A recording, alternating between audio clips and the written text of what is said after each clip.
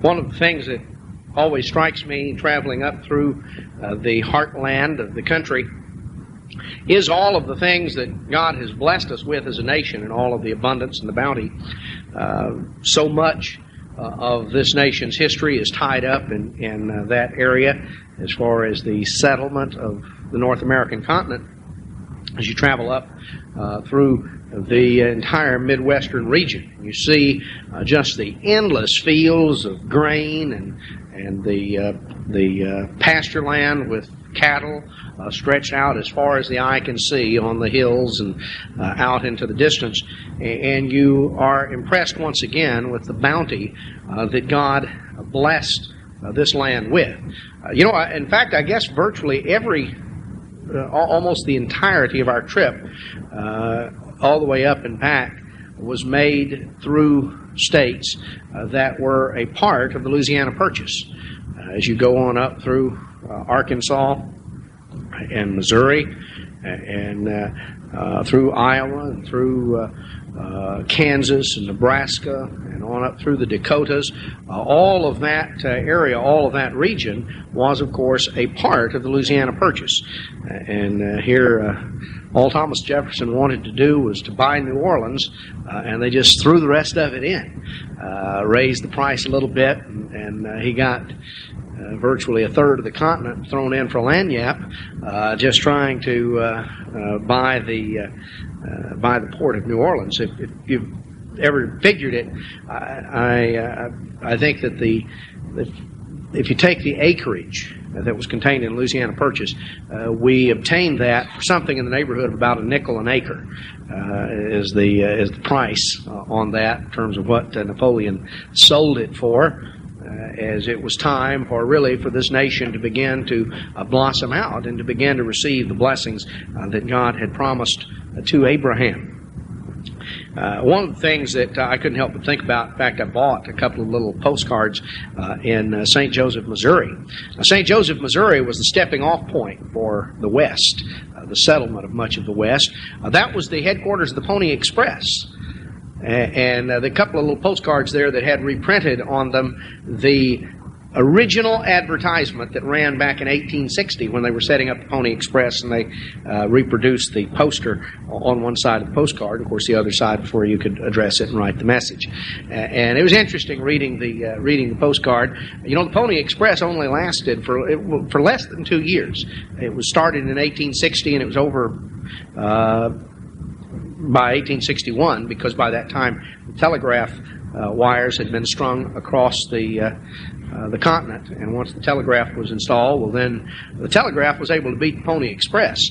It took the Pony Express from St. Joseph, Missouri to San Francisco. It took them about 9 days, which is about what it'll take the post office today. If you mail a letter, try to get it from one end to the other. They've not improved a whole lot on the Pony Express in terms of timing. But it was interesting, the advertisement. They wanted they advertised for young single fellows under 18, must be skinny and wiry. Orphans preferred. That was what they had right on there. Orphans preferred. Now, they preferred orphans because they figured that the mortality rate was going to be pretty high. And they figured the less people they had to worry about them, the better off it was. You recruit some of these young fellas, and if they didn't have any family, well, something happened to them, the Indians shoot them or whatever, there wouldn't be a whole lot of people around to really grieve about it. And we sort of shake our heads at that, but that literally is who comprised the Pony Express.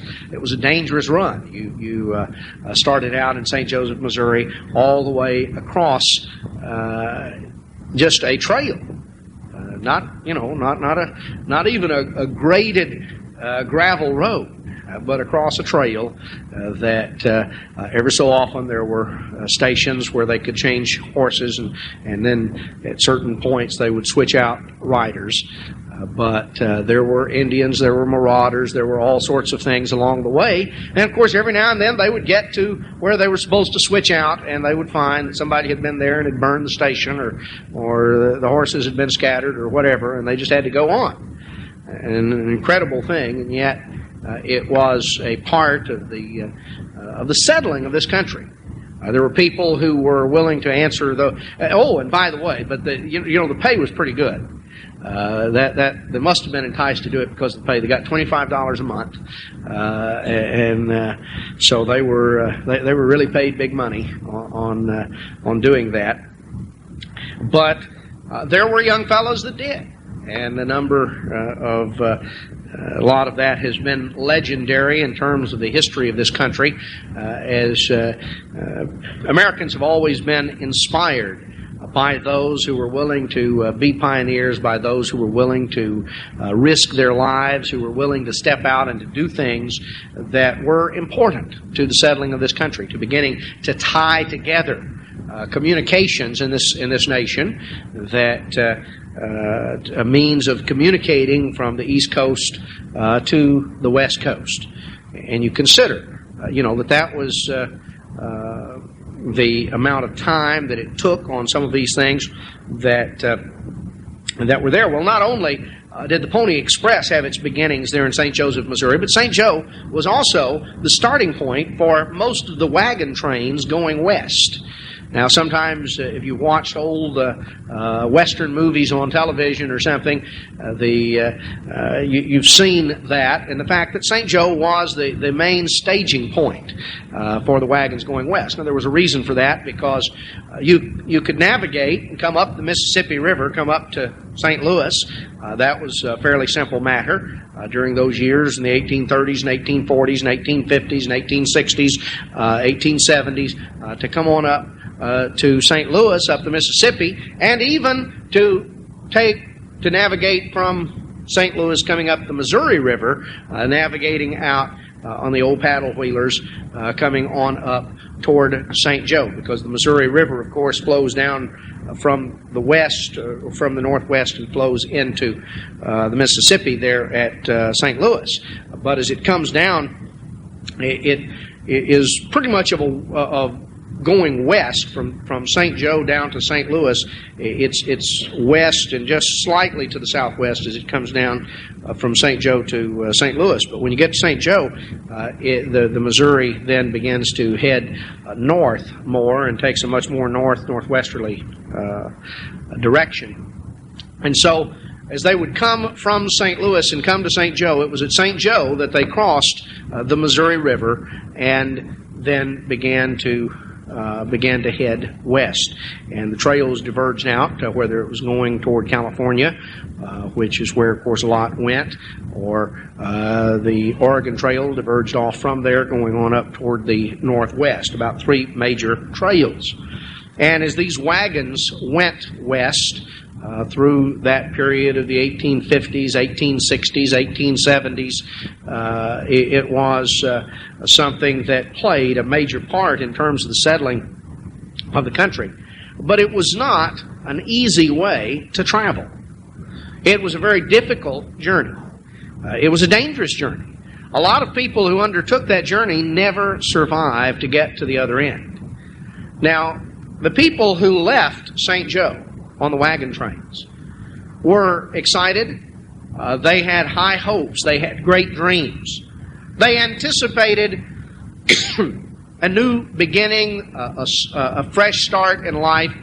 They anticipated all of the things that they had heard. Because you remember, there had been gold that had been found in California in 1849, which really caused sort of an explosion of settlement. The population of California just mushroomed in the aftermath of that, because people back further east would hear about the gold that had been discovered and decided that this was the solution to all of their problems. So they were going to go and they were going to go out there to California. And of course, a little later on in the 1860s, right around the beginning, just prior to the onset of the war between the states, there was mining that began up in Nevada, up in the area of Virginia City, If you remember the setting of the old Bonanza show, that was right out there, the area of what was called the Comstock Lode there in that area. That really turned out to be a silver mine primarily rather than gold, but again caused a tremendous surge in people coming west as places would grow from simply a collection of lean-tos and tents to within a couple of years of regular towns, a small city of several thousand people and permanent buildings. An incredible amount of things happened, and yet as people were going from the east to the west, coming across, it was a difficult and an arduous journey.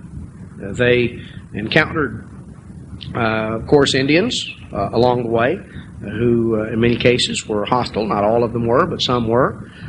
They encountered robbers and people, marauders along the way who would hijack a wagon train, burn it out, kill the people, probably shoot a few arrows at it to try and blame it on the Indians anyway, and would loot whatever was there that they could sell, and would sell it either to Indians or sell it to other people, whoever it was that they could sell it to, because it was difficult to get supplies from the east to the west. And so a lot of times when these wagon trains would start out, people would load them down. They'd put everything that they thought they were going to want on the wagon.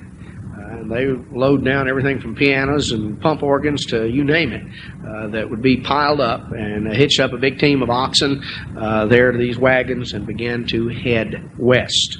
Well, it was a journey that was not something to be undertaken lightly. The people who made it generally had liquidated their assets. They had invested everything they had was tied up in that wagon and in those and the teams that were pulling the wagon. And the journey they were going to be taking was over a trail. And there were a lot of things that could beset them, not only the problems with enemies who would attack, whether it be Indians or whether it would be white robbers and thieves. That was a problem, but just the very physical difficulties encountered by crossing the continent. Having to ford the rivers and certainly having to cross the great expanse of what's known as the Great American Desert was one of the most dangerous things because of the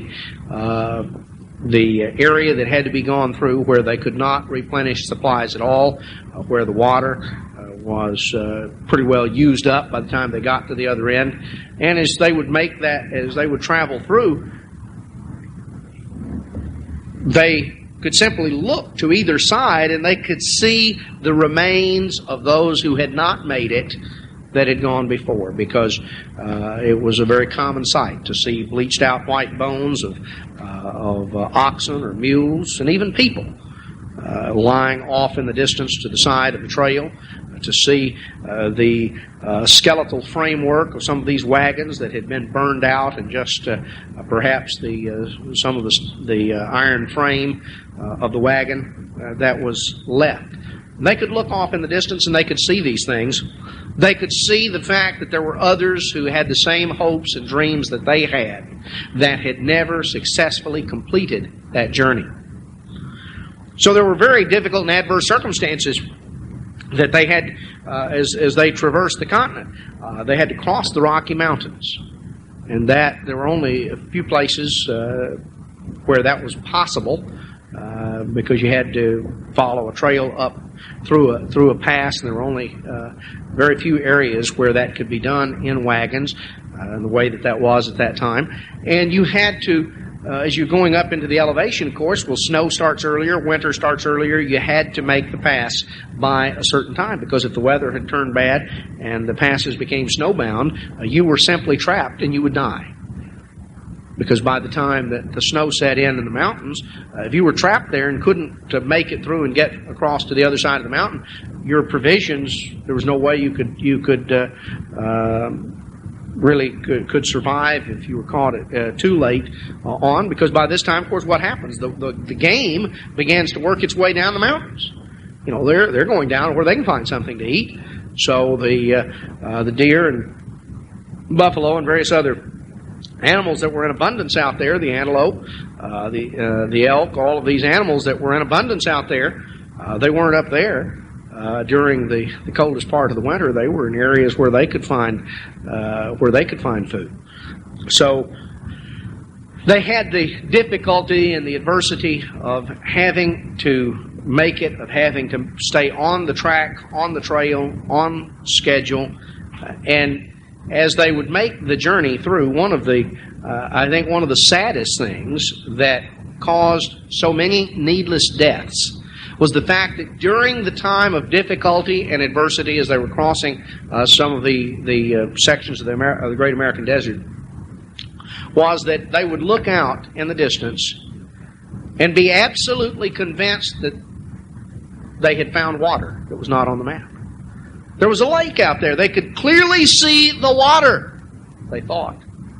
What they saw, of course, was a mirage, which is not uncommon in the desert, and particularly they're common in the areas of a dry lake bed out in the desert. The reflection of the heat waves and everything tends to create the illusion that you're seeing water.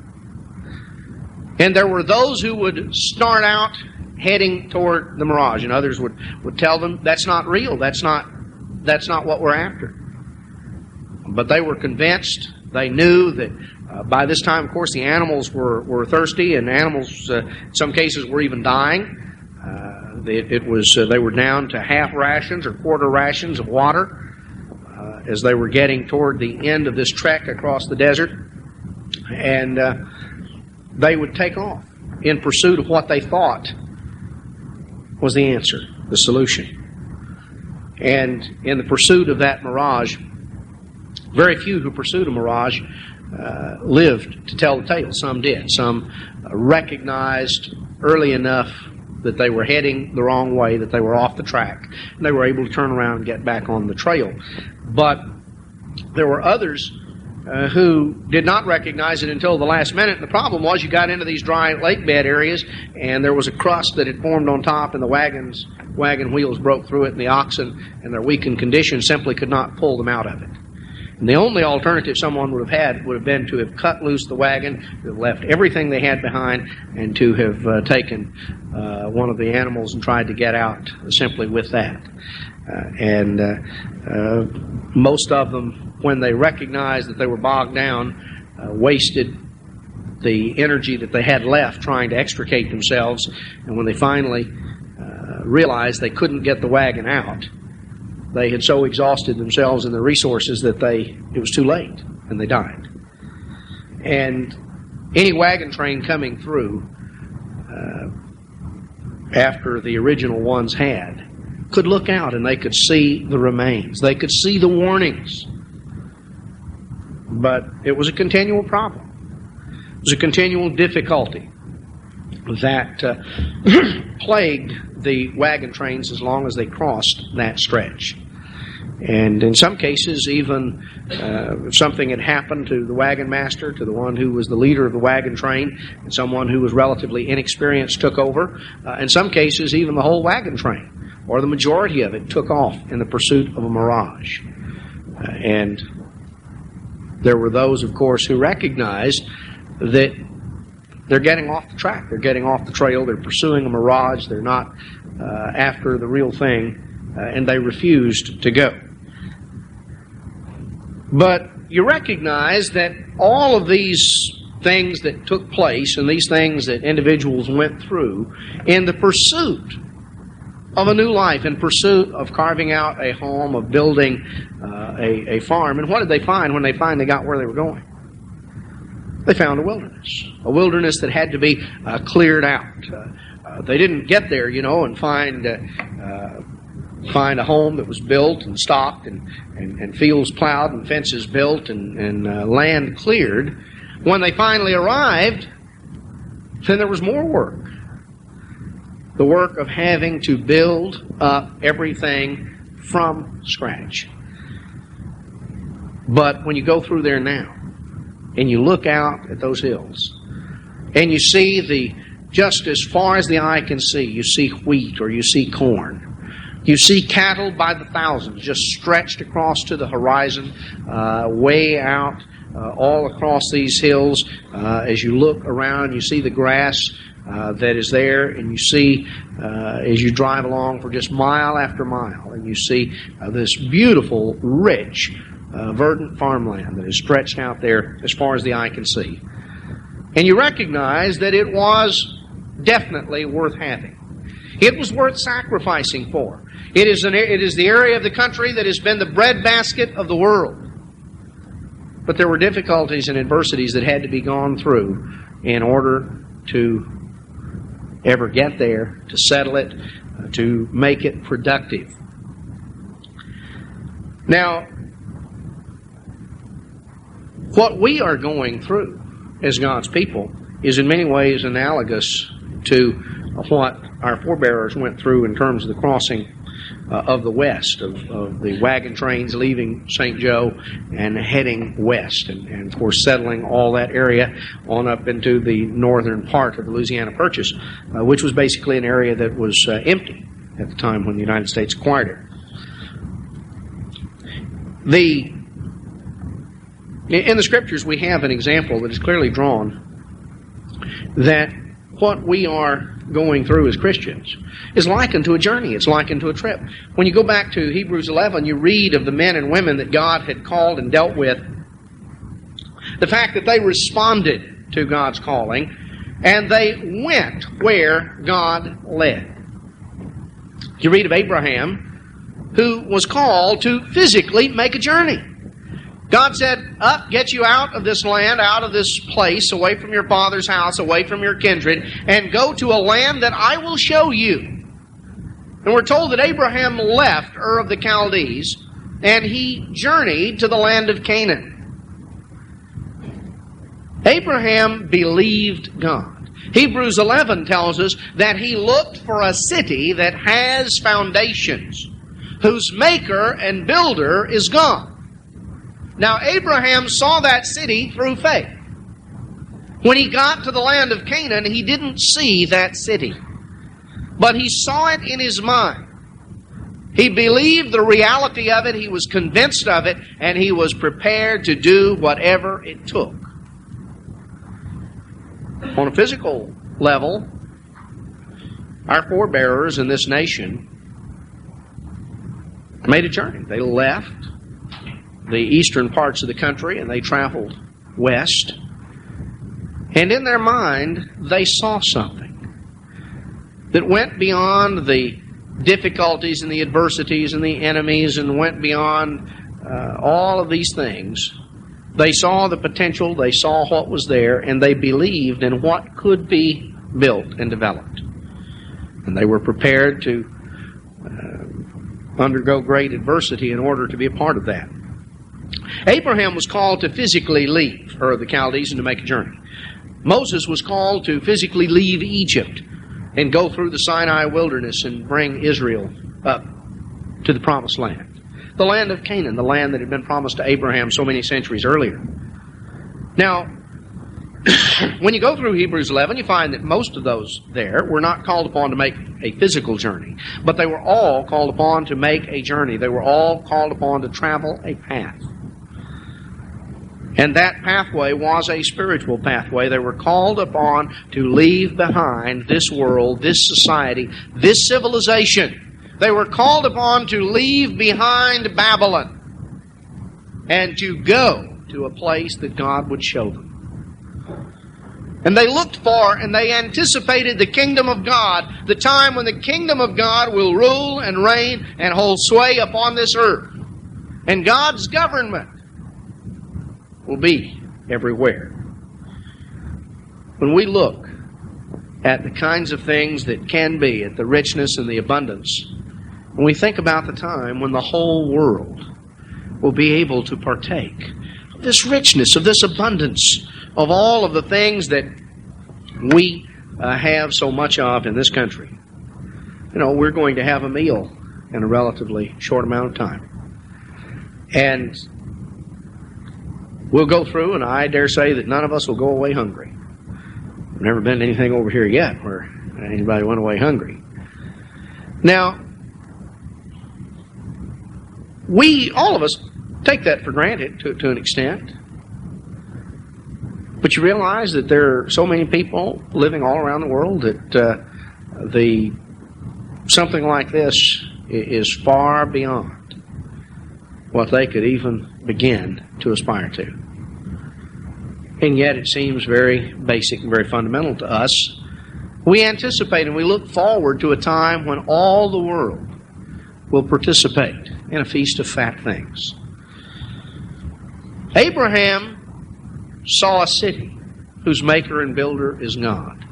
And all of the men and women of faith in Hebrews 11 saw and were convinced of the reality of the promises of God, and they undertook a journey that was difficult, that was arduous, that had enemies along the way to undercut their path, that had difficult things that were in their way.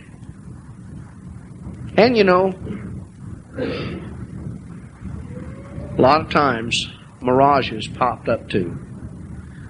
Well, there are people all the way down who have gotten off the track. You get lost off the track and you pursue the wrong road.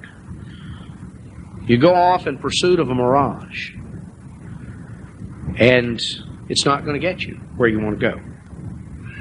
Well, we could look through. We find that the Bible has many illustrations and uses this. In fact, Paul drew the analogy in 1 Corinthians that what Israel of old went through in going through and journeying through the Sinai wilderness. He told us, he said, that Christians should look at that and realize that those things were an example. They were a pattern to us.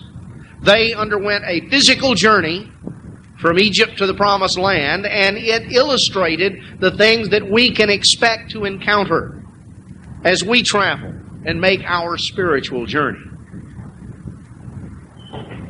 And he goes through and he gives those examples and those analogies. Many, many times through the Scriptures, the Christian life is compared to a journey. It is compared to a way that we must walk. We're told that, in 1 John, that if we abide in Christ by walking as He walked. That's in 1 John 2:6. That's not talking about trying to figure out exactly how long His stride was and how long His step was, and you're trying to mimic, the way He walked, just as a physical person walking from, the front door to out in the yard. It's talking about a journey through life. That we abide in Him. If we really abide in Him, if we dwell in Him, then we're walking as He walked. We're conducting our life's journey in the way that He journeyed through life. It has to do with a journey that we are pursuing as Christians. Now, the pioneers of old, and we have been called to be the pioneers, along with all of the men and women of faith that God has called down through the centuries, we have been called to be the pioneers of a new world, a new age. Not a new age that is going to come by various political endeavors that man will achieve. Not a new age in the sense of Eastern mystic cults and all sorts of weird things that are increasingly gaining acceptance in this nation. But an age that is new because it is based not on old lies, but on the truth of God. And the truth of God is eternal, so it is always new, and it is always old. It is ever abiding with us. The truth of God endures to all generations. The truth of God continues and goes on. Now we find that as we conduct our journey and we follow God's way, as we pursue that we are pioneers, and the journey that we're undertaking is in many ways analogous to the pioneers of the past who followed the wagon trains west. Just as they had to be on the lookout for enemies attacking, so do we. 1 Peter chapter 5 and verse 8 tells us, Be sober. Be vigilant. Because your adversary, your enemy, the devil, as a roaring lion walks about seeking whom he may devour. So we have an adversary, we have an enemy who is out to destroy. Just as there were those who were adversaries, who were enemies, who were out to destroy. The wagon trains headed west. Now what do we do about this adversary? Do we just sort of surrender and quit? Do we give up? Or do we figure we're beaten before we start? Now, we're told in verse 9, whom resist steadfast in the faith, knowing that the same afflictions are accomplished in your brethren that are in the world.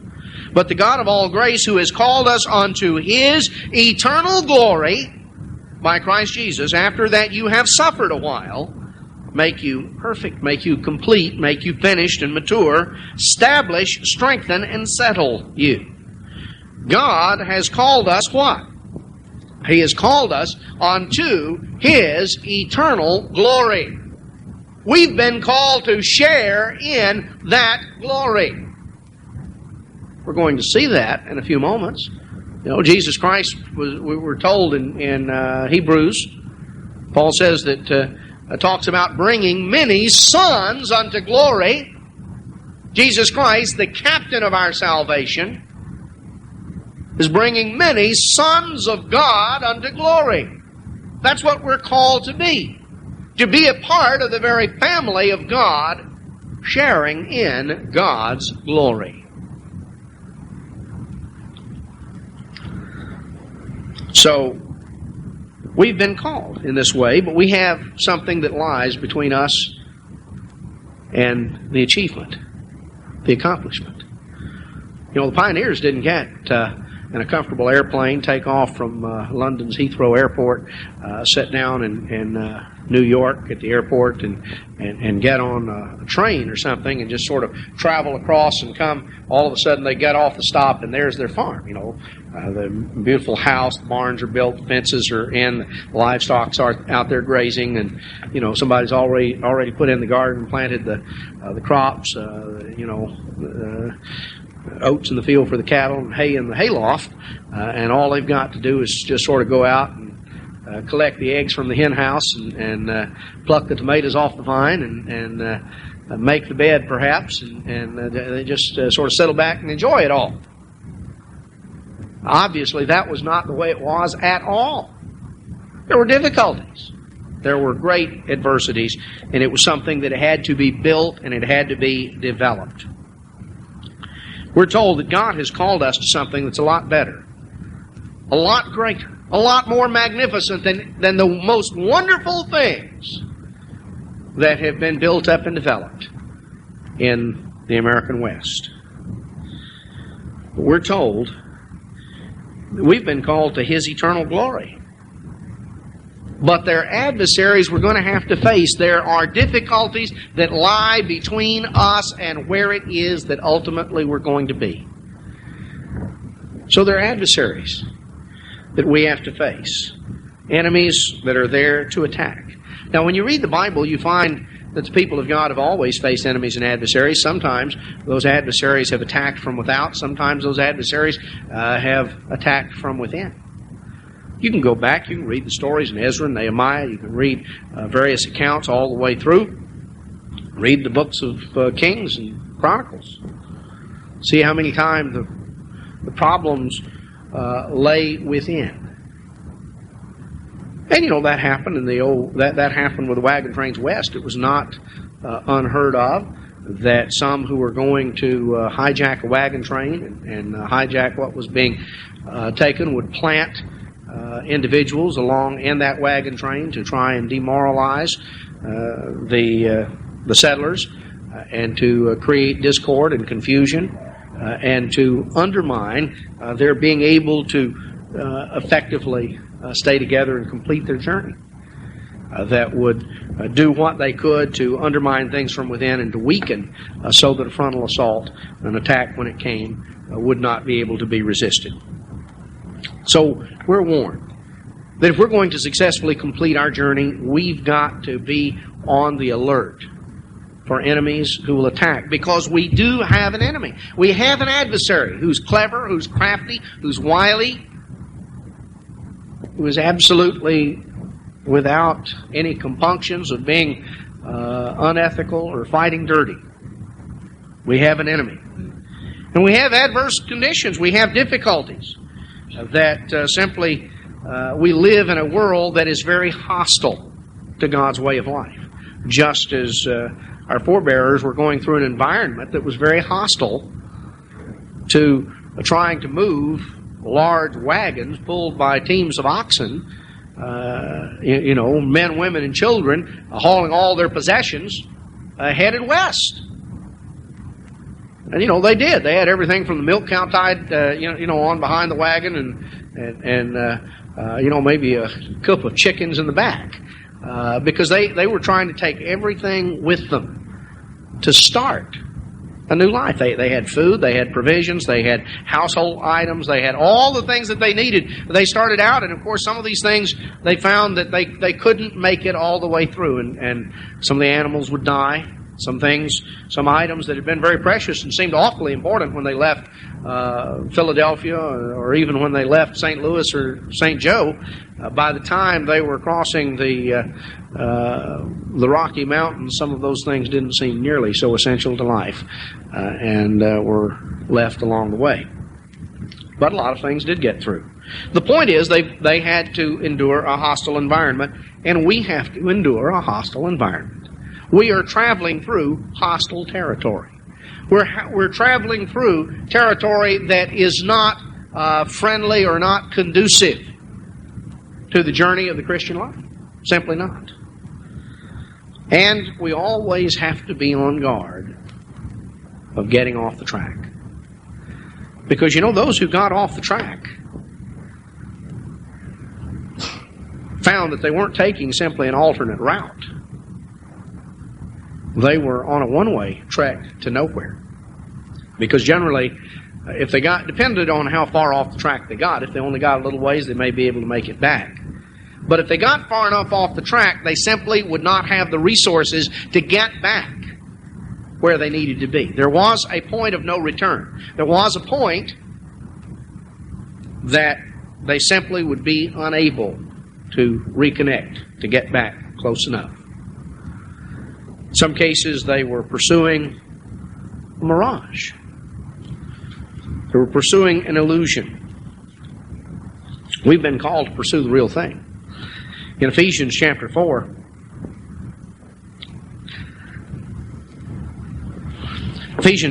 verse 17, "This I say, therefore, and testify in the Lord, that you henceforth walk not as other Gentiles walk, in the vanity of their mind."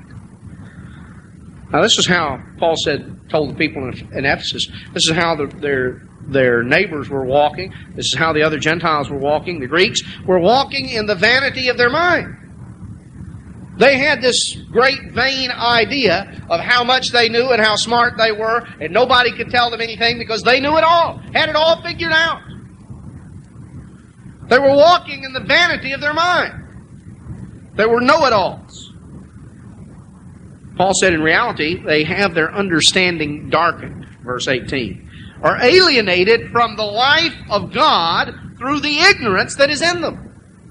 Absolutely alienated from the way God intended people to live, and yet nobody can tell them anything because they're walking in the vanity of their mind. That's the way their journey is being pursued. Just as real the fact that they're walking a journey and pursuing a way that is a one-way ticket to oblivion. They're pursuing a mirage. They're chasing an illusion. They're chasing something that beckons, that is not reality, because ultimately it is only the kingdom of God and the glory that He offers that is reality. So verse 18 tells us, having the understanding darkened, being alienated from the life of God through the ignorance that is in them, because of the blindness of their heart. Because of the blindness of their heart. Who being past feeling have given themselves over unto lasciviousness, unto lust. Just lawless lust. To work all uncleanness with greediness. Now, if you take uncleanness and greediness, you've got pretty much of a summation of what's going on in this nation. What's not motivated by lust is probably motivated by greed. And throw in a little jealousy and vanity, and you've just about got the whole thing. These are the motivating, ruling factors in life, in society. And the people who are pursuing those things are pursuing the wrong way. They're off the track. They have their mind blinded. They don't see it. They don't get it. They're pursuing a mirage. Colossians chapter 1. Colossians 1 and verse 23 tells us, if you continue in the faith, grounded and settled, and be not moved away from the hope of the gospel which you have heard, which was preached to every creature which is under heaven, where I Paul, am made a minister. You have to continue in the faith. You have to continue in the faith, grounded and settled. You've got to stay on track. To continue or to abide in the faith, grounded and settled. There is to be a stability to God's people. You know, if you were with a wagon train, and some, even if it was the majority, that was rare, but that did happen on one or two occasions, under inexperienced leadership, turned off the trail in pursuit of a mirage. Now, you didn't want to leave the wagon train. You know, you needed as many to stick together as you could to make the journey.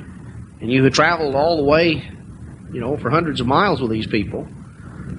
But when it came down to it, what are you going to do? Are you going to follow them off across the desert in pursuit of what you know to be a mirage? If you are, you're pursuing certain death. You have to stay on the track. Sometimes one or two went off in pursuit of a mirage. In one or two cases, most of the wagon train went off the track in pursuit of a mirage.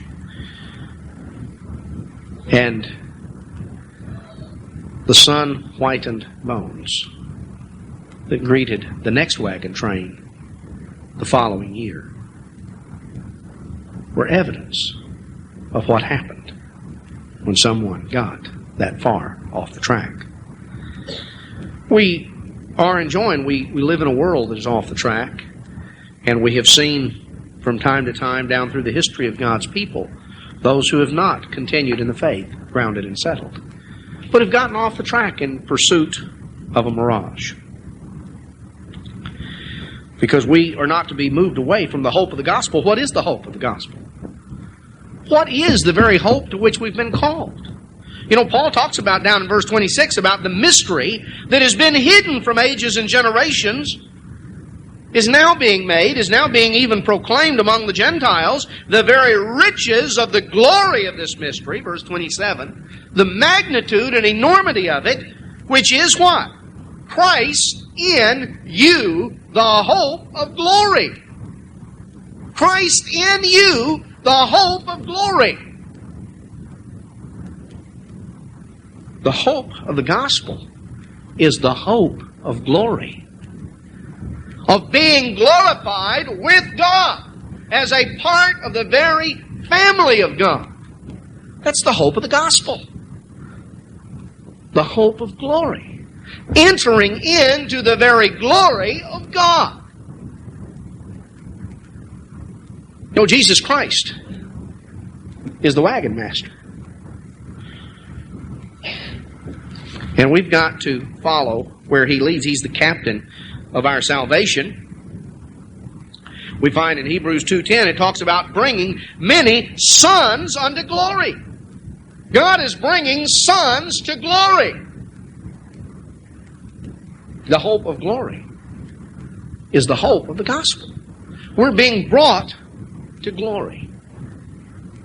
Christ anticipated, You can read it in his final prayer to the Father, recorded there in the book of John, that all of us would ultimately be glorified with the glory that Jesus Christ had shared with the Father. He asked, John 3, it talks about how it does not yet appear what we shall be, but we know this, that when He shall appear, we shall be like Him, for we shall see Him as He is in His glory, and we will be like that. We will be in glory. Go back and read 1 Corinthians 15. Now, there are various degrees of glory. The sun has one level of glory, and the moon has another level. The stars have a different level, and the various stars differ from one another, but they are all glory. So also, Paul said in 1 Corinthians 15, is the resurrection. We will share in glory. We will be glorified sons of God. The real mystery is Christ in us. Christ living His life of overcoming in us through the indwelling of the very power of God, God's Holy Spirit, which enables us to overcome and to have God's righteous character indelibly imprinted in our hearts and minds so that we can ultimately be glorified in the resurrection. Paul anticipated being able to present those he was teaching in verse 28, perfect or complete, mature, finished. And he put forth effort to that end and to the end of in himself and his own life being there. That's why he said in verse 29, whereunto I also labor, striving according to His working, which works in me mightily. So Paul said, I put forth effort, I strive according to His working. It takes our cooperative effort with God. God doesn't do it all for us. And we certainly can't do it without His help. He says, I labor, I strive according to His working, which works in me mightily. You plug in the vacuum cleaner and sit in the chair and watch it. What happens? Nothing. It's plugged in. You may turn it on. It sits there and it runs. Doesn't clean the house. What happens if you don't plug it in? You can work all day and not have anything to show for it. The point is, it takes both. It takes the power and it takes your effort. And without the two working together, you're not going to have anything accomplished of value. That's the way it is in the Christian life. Paul says, striving according to His working. So Paul says, I pick it up and I get to work. I put forth effort. I put my energy and my effort into it according to His working, which works in me mightily. So God's providing the power, and I'm utilizing that power by putting forth my effort to be productive. So, we have a goal. We have a journey. And just as the pioneers of old had to fend off enemy attacks, had to survive adverse, difficult circumstances, and had to be very careful of staying on the track, so do we. We're going to successfully complete the Christian life. Now, not only do we have things that we have to be aware of in terms of trying to complete the Christian life, of the things that can subvert the successful completion of the journey, but we also find that we get to thinking, and it's not wrong that we should, we get to thinking of what we can do to help one another. Because, we are making a journey together. We've been called, and we want to help one another. We ought to want to help one another. We ought to be concerned about one another and love one another and have concern. What can you do to help one another? Well, there are several things. The most important teaching tool is example. That's the most powerful thing that we have, is our example. Jesus Christ taught by example. Now, He taught by explanation and admonition as well. He was in a capacity of teaching. Everyone can teach by example. We're not all in a position to teach by explanation or exhortation. That may not be our position. or the relationship that we have with someone else. You come up and just start lecturing to somebody, the odds are you're going to turn them off. That won't be effectively received. But every one of us can teach by example. From the youngest to the oldest, we can all set an example. Jesus said in John 13, you're familiar with the story, the account of the foot washing? And in John 13:14, he says, if I then, your Lord and Master, have washed your feet, you also ought to wash my feet. Now he said in verse 13, you call me Master and Lord. You say, well, for so I am. You treat me with respect, and you show that by the way that you address me, and that's appropriate, he told them, because I am your Lord. I'm your boss. I'm your master, your teacher, and you show respect to that, and that's fine, that's appropriate.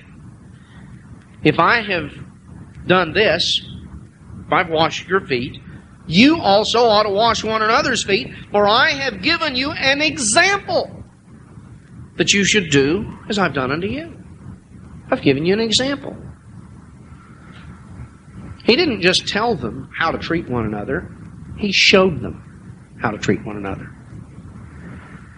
Now, he went on to explain it, but he set them an example. He illustrated it by the way that he himself did it. He set them an example. He showed them how to conduct themselves if they were in a position of authority.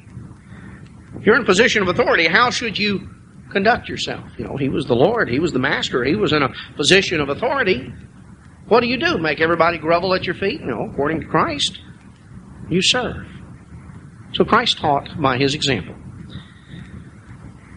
Paul told Timothy along that line, we see that example there in John 13. We're all familiar, I think, with the verse back in 1 Peter 2:21 where we're told that Christ suffered for us, setting us an example that we should follow in his steps.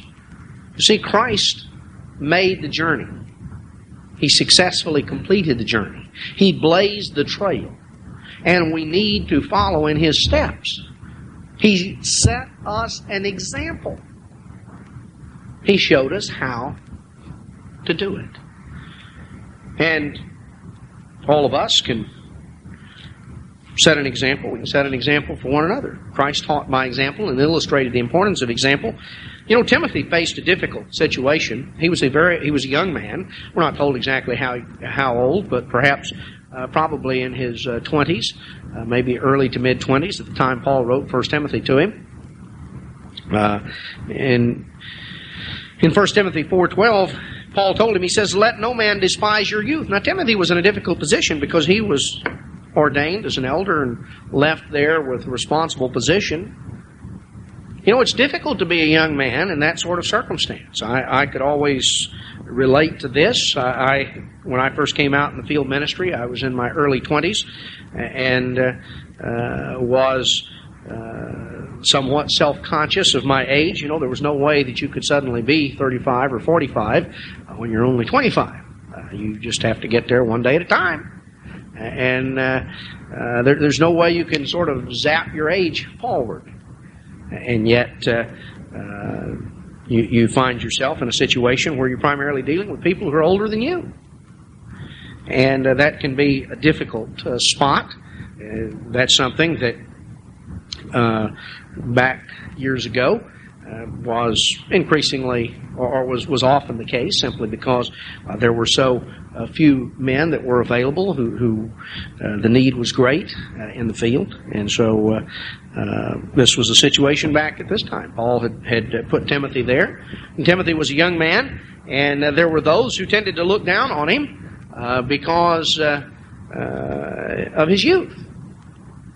And he had probably talked to Paul about it and said, there are some who really don't seem to have a lot of respect for me, sort of look down on me and figure I'm still wet behind the ears, and what can I do about it? So Paul is writing him and giving him advice, and he said, now here's what you do. Here's the way you deal with that. He says, let no man despise your youth, but be you an example. He said, Timothy, the way to have the people's respect is to be an example. Be an example of the believers. In word, in conduct, in love, in spirit, in faith, in purity. You set an example of the way a Christian ought to live. You let them see a maturity of your conduct. If you're studying God's Word, then you have, the source of the most mature wisdom of the universe. You've got the Word of God, truth of God. And you can't get more mature than God, so, as long as you stick to what God says, you're on pretty safe ground. He says, let no man despise your youth. Be you an example. Be an example. That's something all of us can do, you see, regardless of how young we are, how old we are. We can set an example. The most powerful teaching tool that there is our example. That's the most powerful teaching tool that we have. If you want to help someone, we want to help one another. We want to help others. The most important thing we can do is try to set an example. Be an example. Let them see the way we're living and the things we're doing.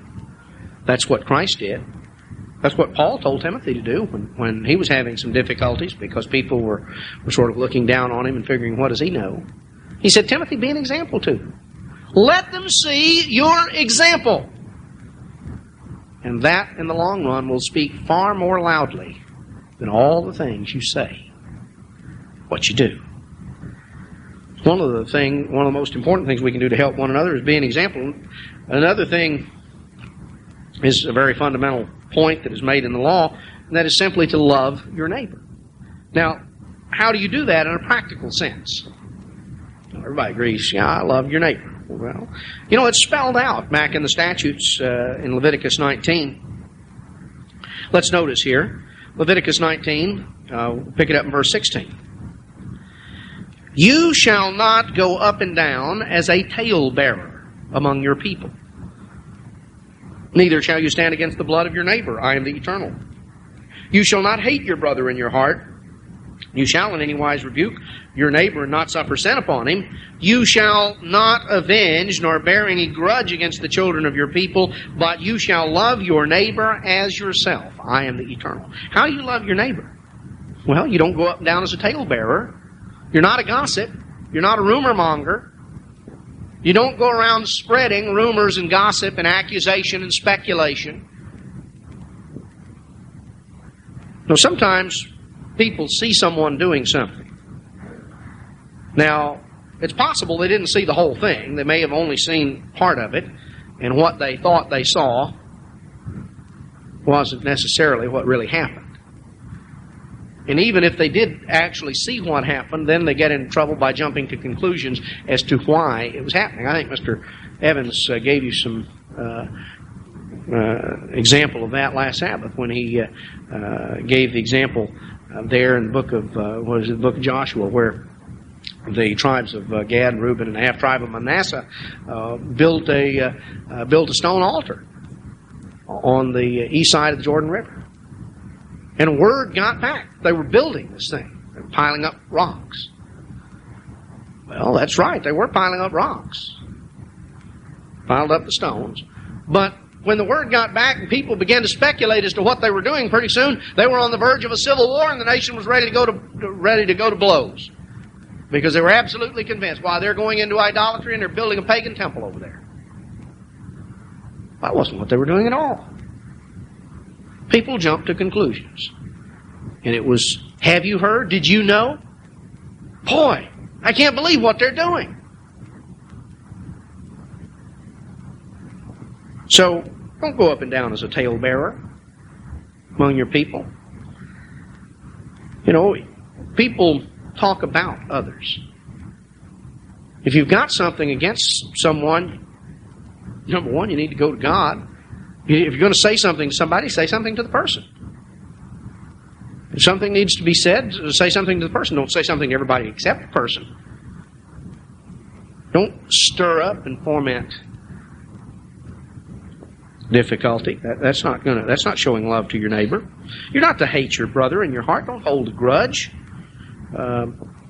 You don't try to get even or bear a grudge against the children of your people.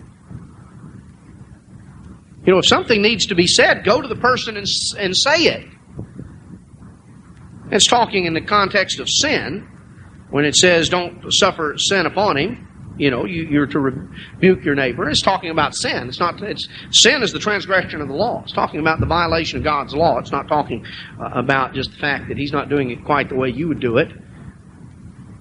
Not talking about just matters of personal preference or something of that sort. It's talking about a direct violation of the law. If you see something serious going on, you need to go and talk to the person, not go around and talk about them behind their back.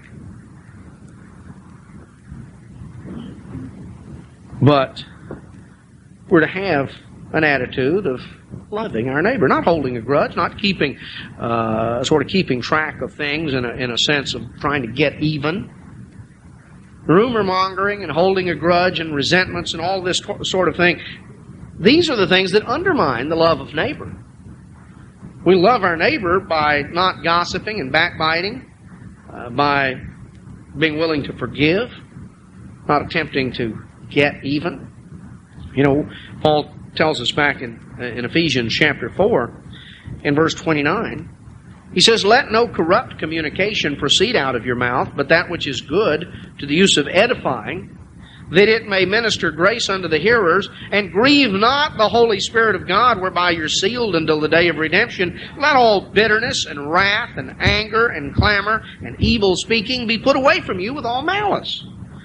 Be kind to one another, tender-hearted, forgiving one another, even as God, for Christ's sake, has forgiven you." You know, one thing I can guarantee, all of us, none of us will ever have to forgive anyone else more than what God has forgiven us. You know, everything you and I have ever done, every sin we've ever committed, has been against God. Others may have done some things against us, but everything we've ever done has been against God.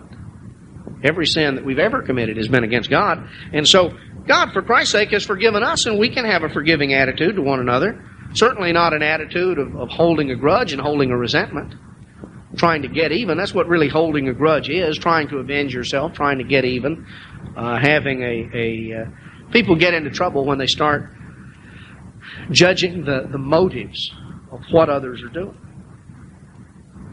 And so, not to have corrupt communication, not to be doing this sort of thing. But again, how do you help one another? Well, we help one another by setting an example. We help one another by loving our neighbor. We show that love by a lack of gossip and backbiting, by an attitude of forgiving, of not holding a grudge or a resentment. You know, a third thing that we have to do in terms of that's important in terms of helping one another is a matter that we sometimes don't think of. And that is the fact that we have to recognize and accept that each of us must choose. Everyone must make choices, personal choices. The essence of what God has made us as a human being is that we have the right and the responsibility of choosing. Now, there's a right choice and a wrong choice. But God gives us the right and the responsibility to make choices. And we have to respect everyone's right to make choices. Deuteronomy 30 is a familiar account. This is where God told Moses to tell the children of Israel, as he said in Deuteronomy 30, verse 15, "I've set before you this day life and good, death and evil." And he goes through and he gives the instructions, and in verse 19 he says, "I call heaven and earth to record this day against you, that I have set before you life and death, blessing and cursing. Therefore choose life, that both you and your seed may live." Now, he told them what the alternatives were, and he told them what choice he hoped they would make. But God let the children of Israel make a choice. He let them choose. And sometimes we're unwilling that someone should make a choice. We have to accept that people will make choices. That part of learning to apply God's law in our lives is that we all have to make choices. We make choices day by day. Some of them are big choices, some of them are little choices. In a few minutes we're going to be making choices going through the serving line. And have decisions, you know. And some of us will make good decisions, and some of us will regret our decisions, perhaps, a little bit later.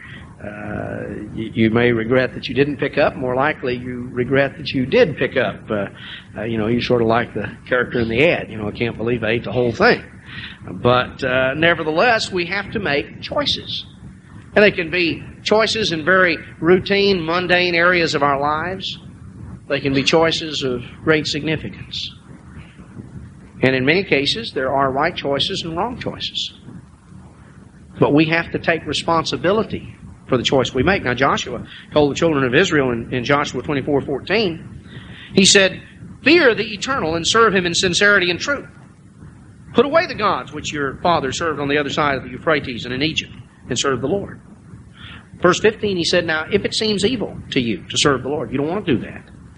"Choose you this day whom you're going to serve." Make a choice. You want to serve the gods that your forefathers served on, beyond the Euphrates? You want to serve the gods of the Amorites in whose land you dwell? He says, "But as for me and my house, we've made our choice. We will serve the eternal." Joshua said, you have a choice to make. Now, I've made my choice. I know what we're going to do. I hope you will make the same choice, but it's your choice. You're going to have to make a decision in your life as to what you're going to do and which direction you're going to go. Brethren, we have to be willing to recognize one another's right to choose, to make choices. Some choices are good and some choices are bad. One thing to realize with choices is you have to take responsibility for what you choose.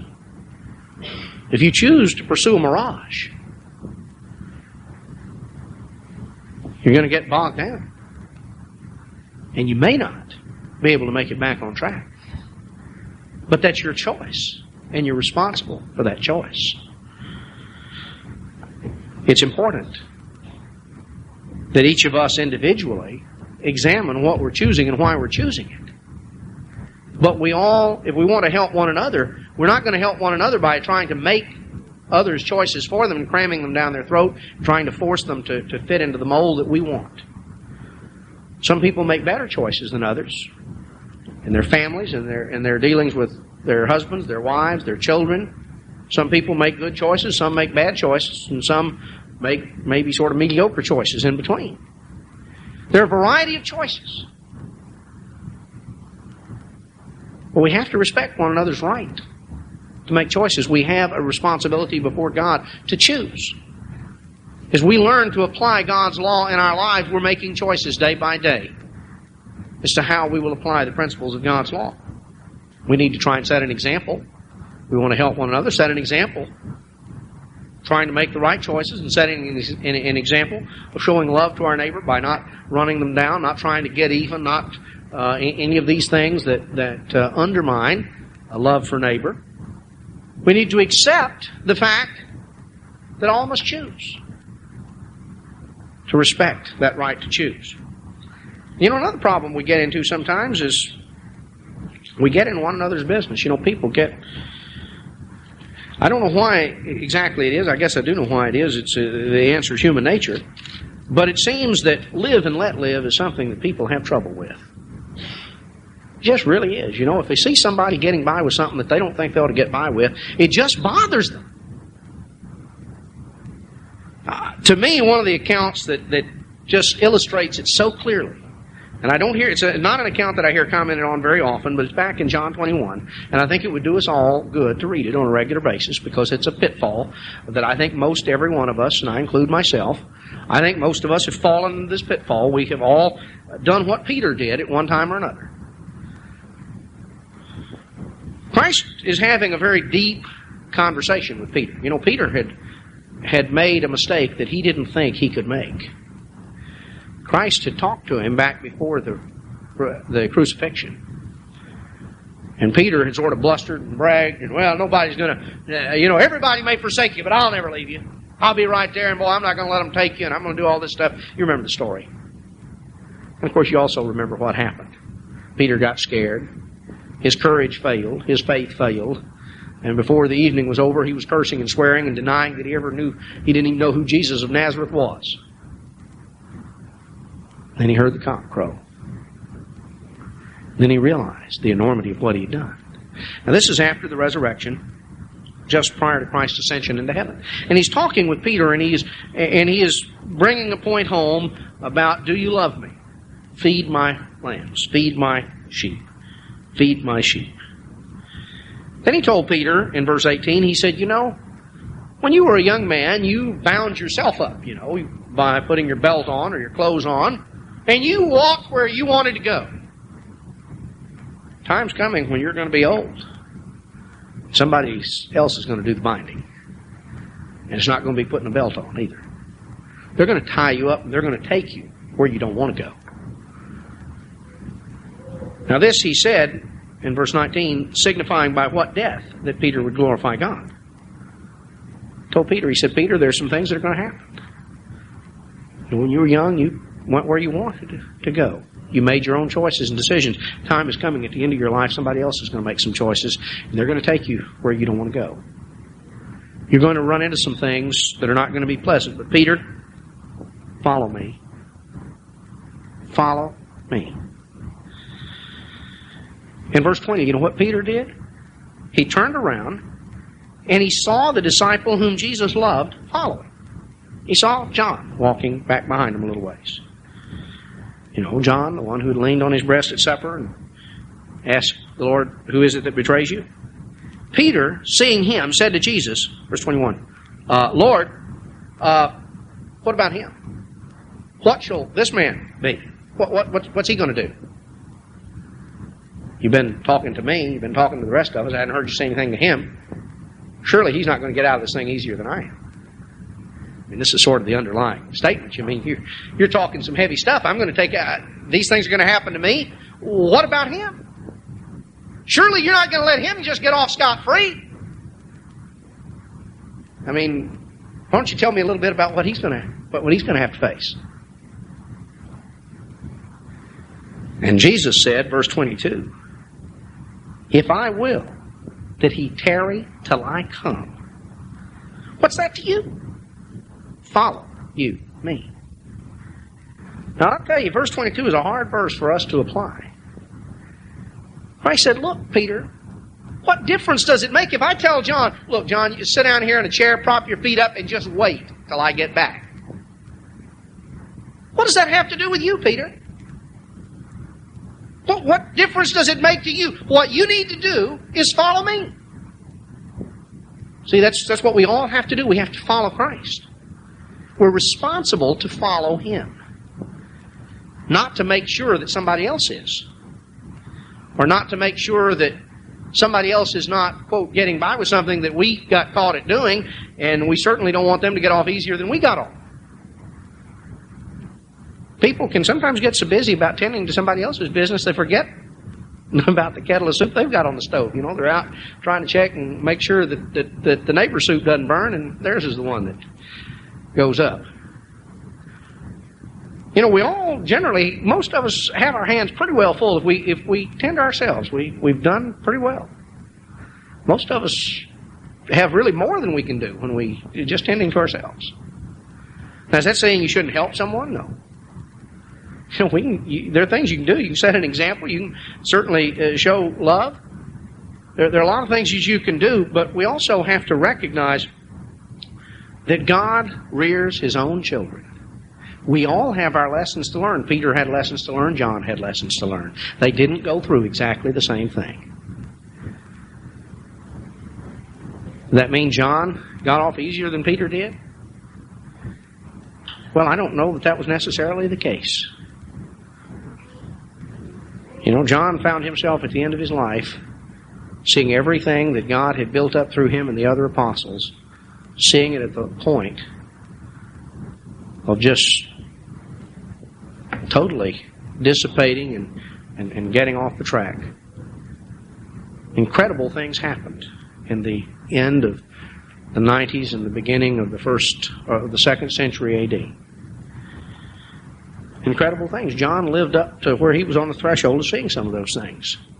That could not have been an easy thing to go through. The point is, regardless of what John went through, regardless of what Peter went through, or Matthew, or James, or any of the rest of them, the way God is working in someone else's life is irrelevant to us. That's between them and God. We've got to give God room to work with His children, to rear His children. What do we need to do? We need to follow Christ. We need to follow what we need to do.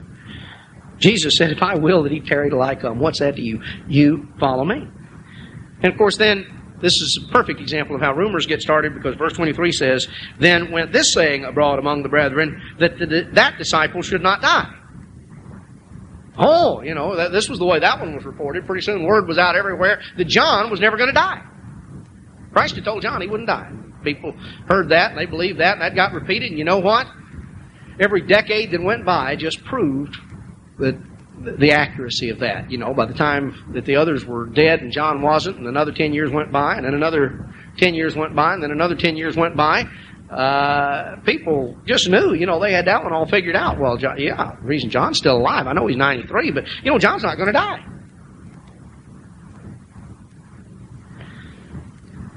Notice what he says. Then went this saying abroad among the brethren, that disciple should not die. Yet Jesus said not unto him, he shall not die. That's not what he said.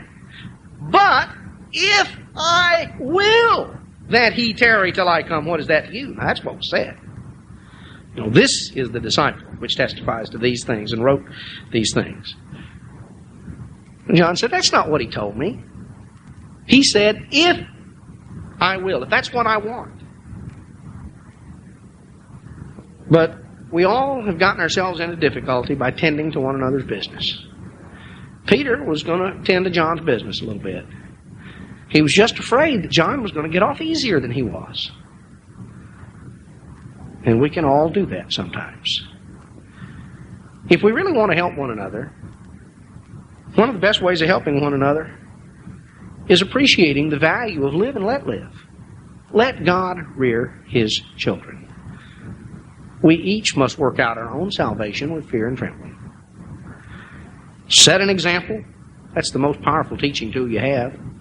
Love your neighbor by not undermining him with gossip and backbiting and having an attitude of resentment and hostility. Have a forgiving attitude. That's showing love to your neighbor.